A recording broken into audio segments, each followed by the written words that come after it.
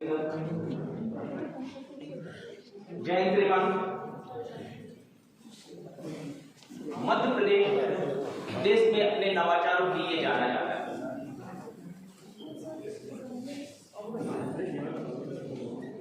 NSS क्या है? NSS की परिभाषा क्या है? जब भी हम महाविद्यालयों में छात्रों के समक्ष होते हैं, छात्र का पहला प्रश्न होता है, ये एनएसएस क्या है? क्या है इसकी परिभाषा? हम बताना चाहते हैं कि सैयदन जी ने जिस सपने को देखा था, जिस रूप में उन्होंने एनएसएस की परिकल्पना गढ़ी थी, उस एनएसएस की परिकल्पना को मैं अपने शब्दों में बता रहा हूं। एनएसएस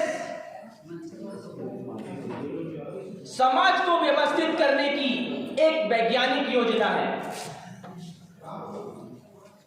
यदि मेरे साथी ध्यान आकृष्ट करेंगे तो मैं उन्हें पुनः बताने की चेष्टा करूंगा कि एनएसएस समाज को व्यवस्थित करने की एक वैज्ञानिक योजना है। इसका प्रत्येक चरण पूर्णता वैज्ञानिकता से परिपूर्ण है। सत्य तक पहुंचने का कोई संक्षिप्त मार्ग नहीं होता। सत्य तक पहुंचने का कोई संक्षिप्त मार्ग नहीं होता। विश्व का ज्ञान प्राप्त करने के लिए हमें वैज्ञानिक पद्धति के द्वार से गुजरना होता है। इसके अतिरिक्त हमारे पास और कोई मार्ग नहीं होता।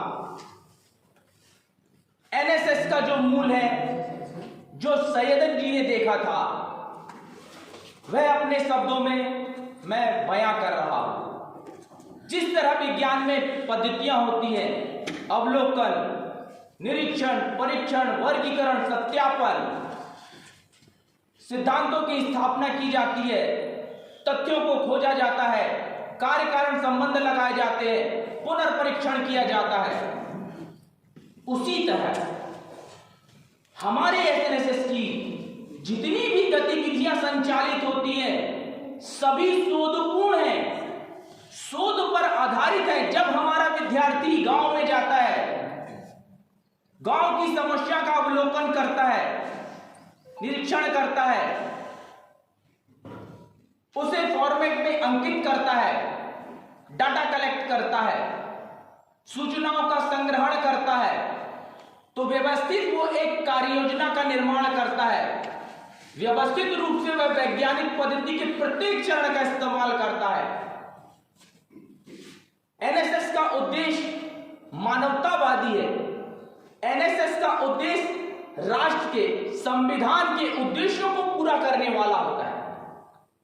जिस एनएसएस को हम सुनते हैं, उस एनएसएस को हम आत्मसात नहीं कर पाते। ये हमारी कमजोरी है।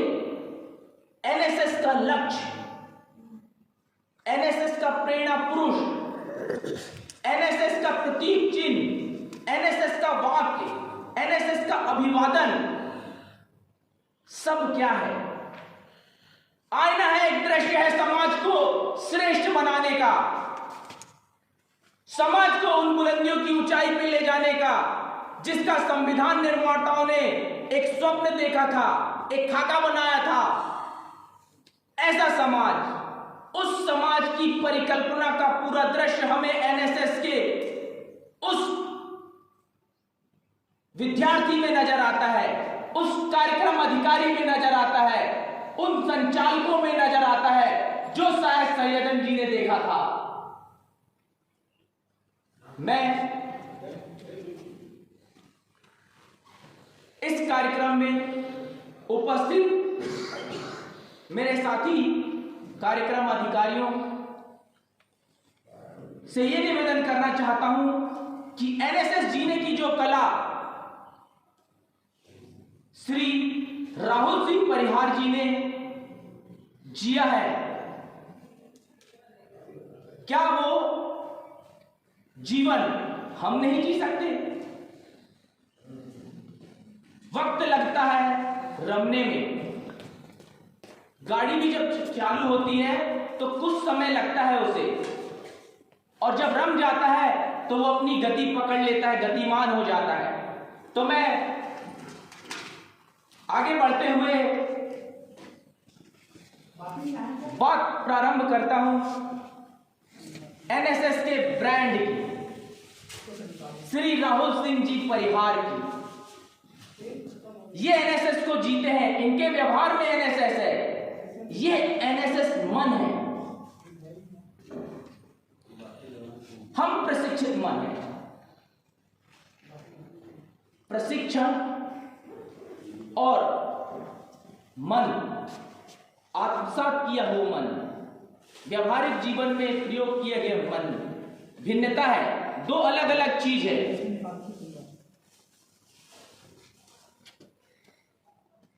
विज्ञान को पढ़ना, विज्ञान की डिग्री प्राप्त करना और वैज्ञानिक बन जाना एक अलग बात है, परंतु उस विज्ञान को जीना, उस विज्ञान को आत्मसात करना, यह श्रेष्ठता है, यह महानता है।